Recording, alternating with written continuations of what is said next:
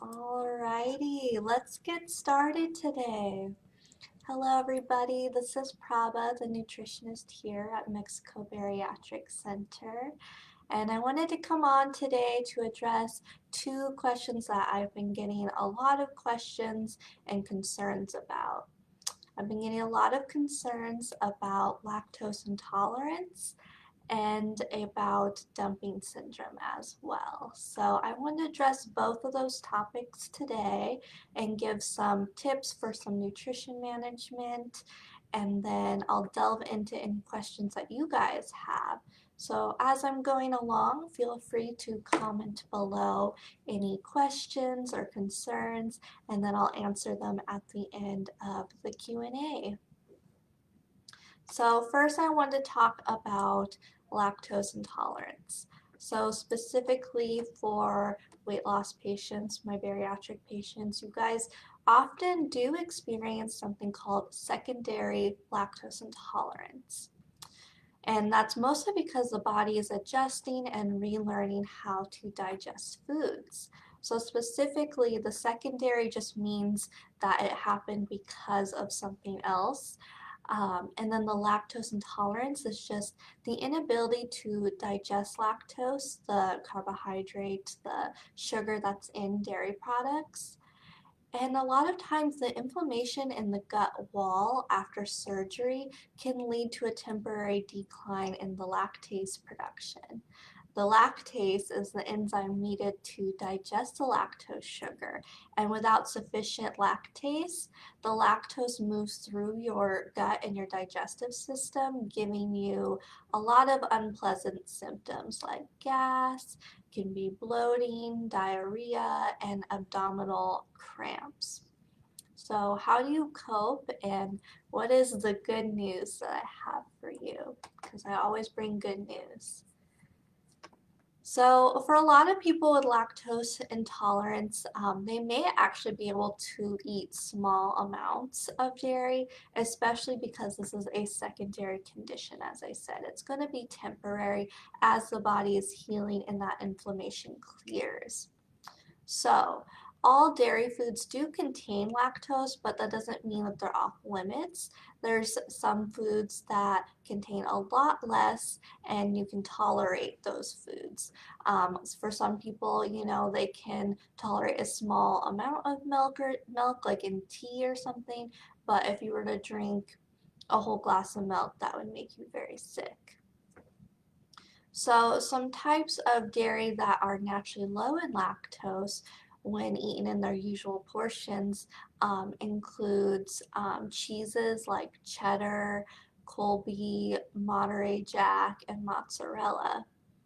And interestingly, some yogurts tend to cause fewer symptoms in people with lactose intolerance than other dairy types.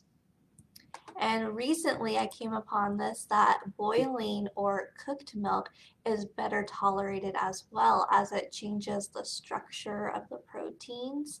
The boiling converts it into different types of acids and something called lactulose, which is a type of sugars that humans don't absorb, which means that's not going to give us all of these unpleasant symptoms.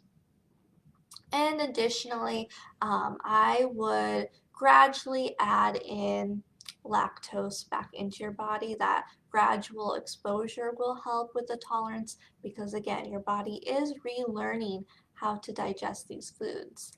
And I would also suggest consuming lactase enzymes and probiotics to help ease the lactose intolerance.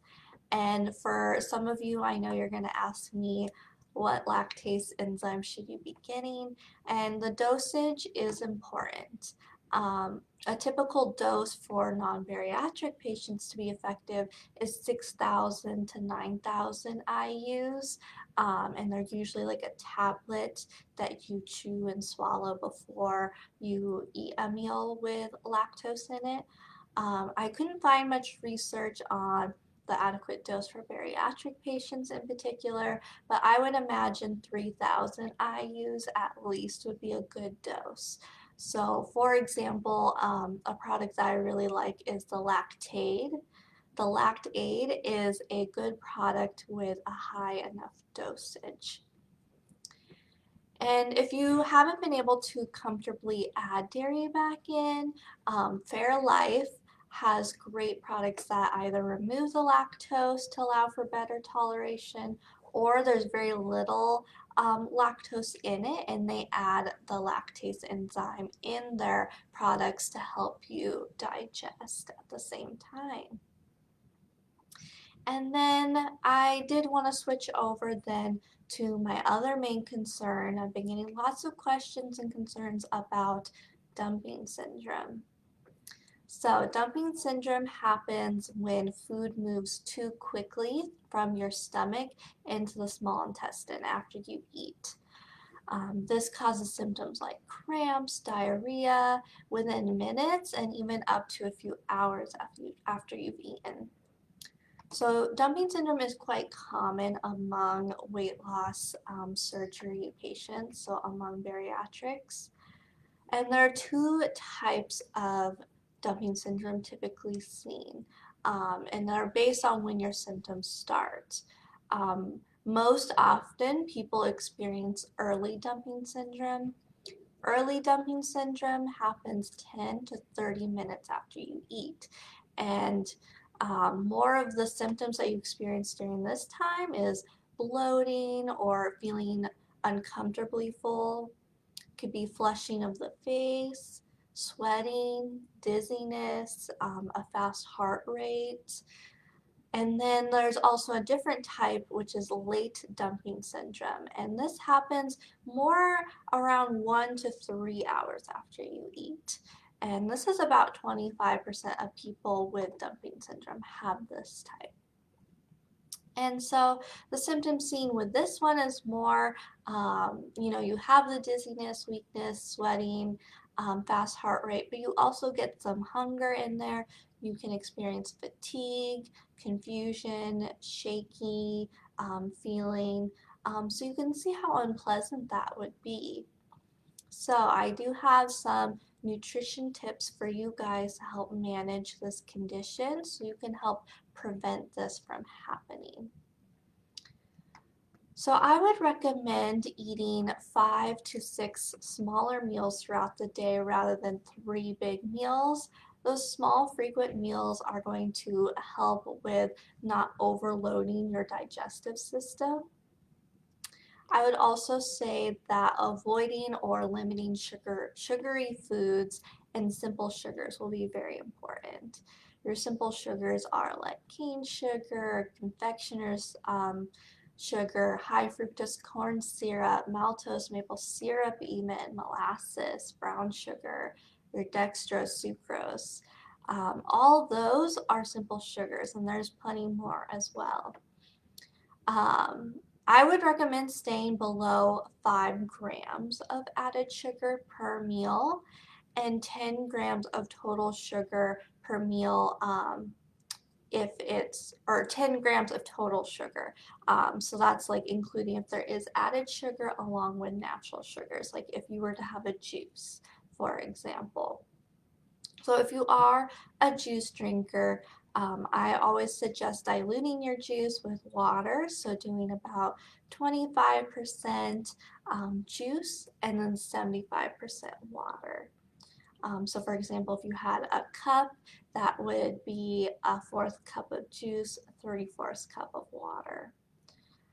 I would also opt for a 1/2 cup of fruit instead of the juice because that will be tolerated better. That the peels and the seeds and all of that is loaded with really great fiber for you. So that will help ease the spike in the blood sugars and those unpleasant GI symptoms. I would also do your best to balance meals with more protein. So remember that 4-ounce protein portion and about 2 ounces of carb or fat in there. And your proteins that would be great options are like chicken, your fish, peanut butter, tofu are great options. There's plenty more out there. And kind of what I alluded to previously, you also want to be getting more fiber in your diet. That's going to help bulk up any stool, any food, anything moving through your digestive tract. So that means avoiding your simple carbs like bread, your white bread specifically, the pasta, foods that you should be avoiding anyways, and switch to your whole grains like oatmeal. Oatmeal is a really great fiber source. You can also take fiber supplements as well. The extra fiber will help the sugar and other carbohydrates from getting absorbed more quickly in your intestines. And as many of you already know, don't drink fluids within 30 minutes before and after meals because, again, that's going to push everything through the digestive tract. And you also want to be sure to chew your food completely to a pureed consistency before you swallow it to make it easier to digest. So those were my major tips for helping with lactose intolerance and for dumping syndrome.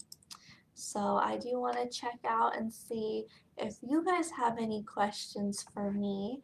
If not, I will be tuning back in next Friday with a webinar actually. All right. I don't see any questions right now. But I'm glad to see that we have some friends sharing and tagging their friends in this post because it is packed with really great information for you guys. Wonderful. I don't see any more questions on here, and I'm so glad I got the opportunity to talk to you guys this Friday. And if you do have any questions that come up afterwards, feel free to email me at nutrition@mexicobariatriccenter.com, and I will get back to you as soon as I can. Otherwise, happy Friday, and I'll see you guys next week. Bye-bye.